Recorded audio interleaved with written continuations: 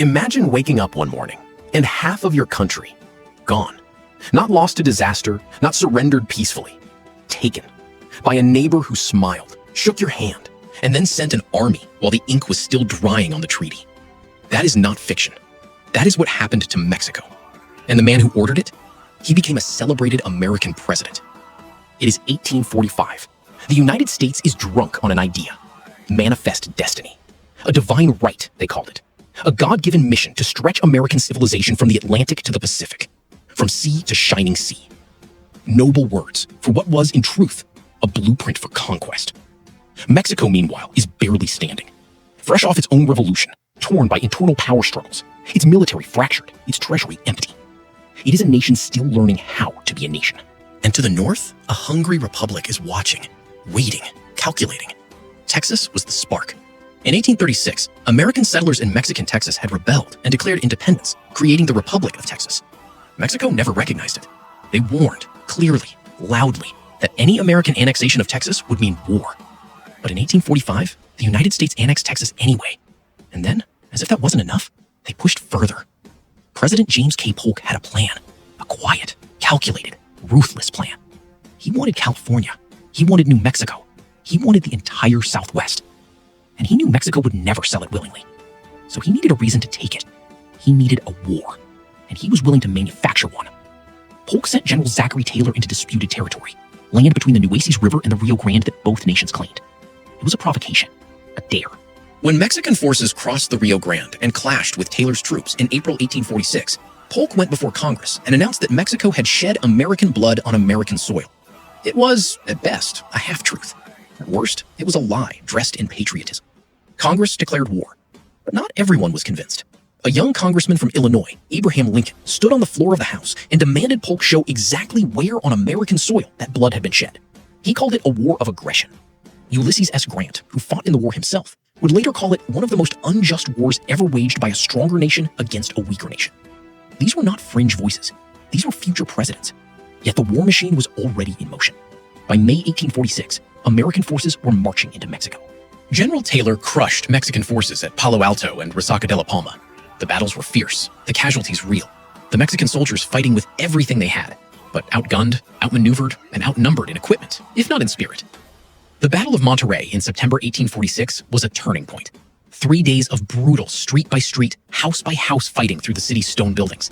Mexican General Pedro de Amputia's forces fought ferociously. Taylor's men bled for every block. When an armistice was finally negotiated, Taylor let the Mexican army walk away, a decision that enraged Polk back in Washington. He wanted total destruction. Taylor was becoming too popular, too independent. Polk needed a new general. Enter General Winfield Scott. Ambitious, meticulous, theatrical. Scott wore a uniform so decorated it earned him the nickname Old Fussin' Feathers. Polk gave Scott command of a daring new campaign, an amphibious landing at Veracruz, and a march straight to the heart of Mexico, Mexico City itself. In March 1847, American warships bombarded Veracruz for days. The port city, full of civilians, burned and crumbled. Women, children, and merchants who had nothing to do with the war died in the rubble. It was brutal. It was effective. Scott's forces poured ashore and began their inland march, following almost exactly the same route Hernan Cortez had taken 3 centuries before. History was rhyming, darkly. The march to Mexico City was not a parade. At Cerro Gordo, Mexican General Santa Anna had laid an ingenious trap in a mountain pass. Scott's engineer officers, men like Robert E. Lee and George McClellan, future Civil War commanders, scouted the terrain and found a route around the trap. The flanking maneuver was perfect. Santa Anna's forces collapsed, and the general himself barely escaped, reportedly leaving behind his prosthetic leg in the chaos. But the most emotional moment of the entire war was approaching. At Chapultepec, a castle on a rocky hill above Mexico City, a military academy where young Mexican cadets trained, Scott's forces prepared their final assault. The castle was the last major defensive position before the capital. The cadets knew what was coming. They were teenagers, some as young as 13. Their officers urged them to retreat. Most refused. On September 13, 1847, American forces stormed the hill under brutal cannon fire. The cadets fought back with muskets, with swords, with their bare hands. 6 of them, Juan Escutia, Francisco Marquez, Agustin Melgar, Fernando Montes de Oca, Vicente Suarez, and Juan de la Barrera, refused to surrender or flee. Legend holds that Juan Escutia, rather than let the Mexican flag fall into American hands, wrapped it around his body and leaped from the castle walls to his death. Whether the exact details are precise or embellished by time, what is not disputed is this: those boys died at their posts. Mexico calls them Los Niños Héroes, the boy heroes. They are remembered to this day, every year, with a national ceremony. Mexico City fell on September 14, 1847.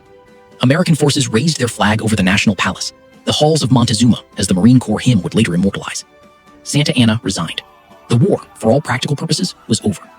What remained was the negotiation, and the price Mexico would pay. The Treaty of Guadalupe-Hidalgo was signed on February 2, 1848. Mexico ceded, surrendered, over 500,000 square miles of territory. All of present-day California, Nevada, Utah, most of Arizona, and parts of New Mexico, Colorado, Kansas, Oklahoma, and Wyoming.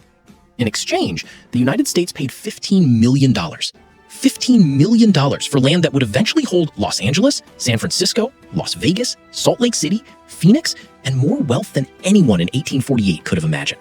The timing could not have been more cruelly ironic.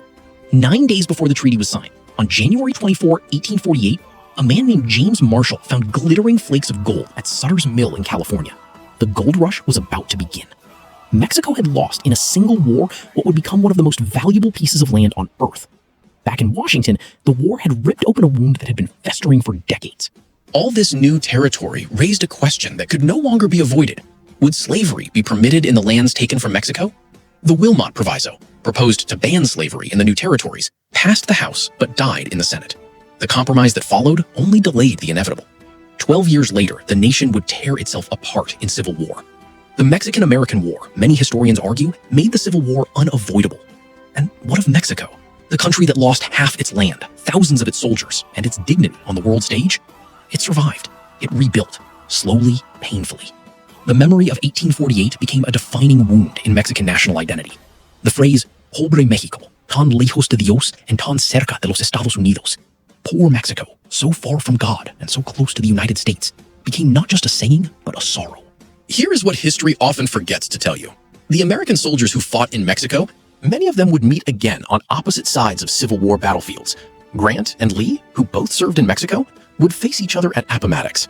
The Mexican-American War was, in a sense, a training ground for the bloodiest conflict America would ever know. The lessons learned in the streets of Monterrey and on the slopes of Chapultepec would be reapplied on American soil against Americans just 15 years later. The war also created something unexpected, a sense of Mexican national identity forged in defeat.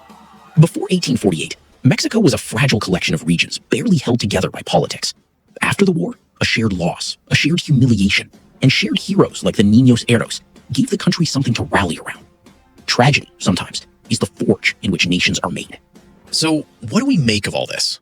A war started on a manufactured pretext, a weaker nation stripped of its land, a treaty signed in the shadow of military occupation, teenagers dying on castle walls, and at the end of it, gold, discovered 9 days too late for Mexico to keep it. History does not always deliver justice. Sometimes it delivers irony so sharp, it cuts. The United States that emerged from the Mexican-American War was physically the nation we recognize today. The Southwest, California, the entire Pacific coast, all of it was won in this forgotten conflict. Yet ask most Americans about the Mexican-American War, and you will get a blank stare. It is the war that made America a continental power, and somehow, it is the war America forgot. But Mexico did not forget. And the land remembers too, in the names of its cities, its rivers, its mountains, still carrying Spanish names beneath the English ones layered on top. Los Angeles, San Francisco, Nevada, Colorado. The names are a map of what was lost and what endures.